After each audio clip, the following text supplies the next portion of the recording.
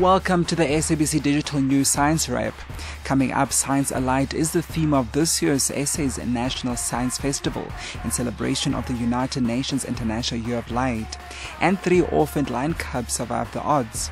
But first, NASA and the National Oceanic and Atmospheric Administration say last year was Earth's hottest on record.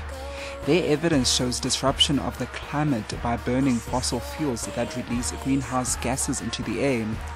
Record temperatures in 2014 were spread around the globe, including most Europe stretching into northern Africa, the western United States, far eastern Russia, into western Alaska, part of interior of South America, parts of eastern and western coastal Australia and elsewhere. Rowan Sutton, Director of Climate Research at Britain's National Centre for Atmospheric Science at the University of Reading, said a single year did not mean much because it might be a freak hot year. Even so, temperatures have not risen as fast as they did in the 1980s or 1990s, taking an unusually warm 1998 as a starting point. Moving on, last year the Foundation for Space Development announced the crowdfunding initiative to plan an African mission to the moon in 10 years' time. Phase 1 of the Africa to Moon project will commence in February with a call for scientific objectives. A feasibility study will follow thereof.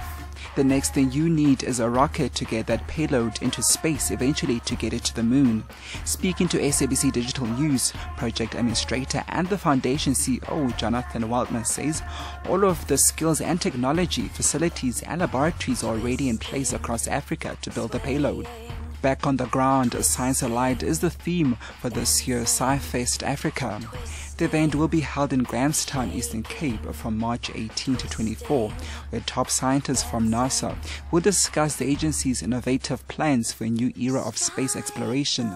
This year at Sci-Fest Africa, expect more than 600 lectures, workshops, exhibitions, and other interactive events spread over 6 sites looking at myriads of ways that you can see the light. And finally, orphaned lion cubs at Addo Elephant National Park in the Eastern Cape are doing well after being on their own for weeks. When all hope of finding them alive was gone, they were spotted on one of the park's roads, alive but very thin. Their mother Gina died from a suspected snakebite early in December, leaving the cubs to fend for themselves. The race to find the cubs was increased after a photo showing them very thin was posted by a visitor on the park's Facebook page.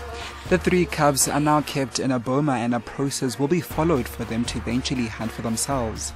They will later be released into a bigger camp. That's it for this week's wrap. Join us again next week.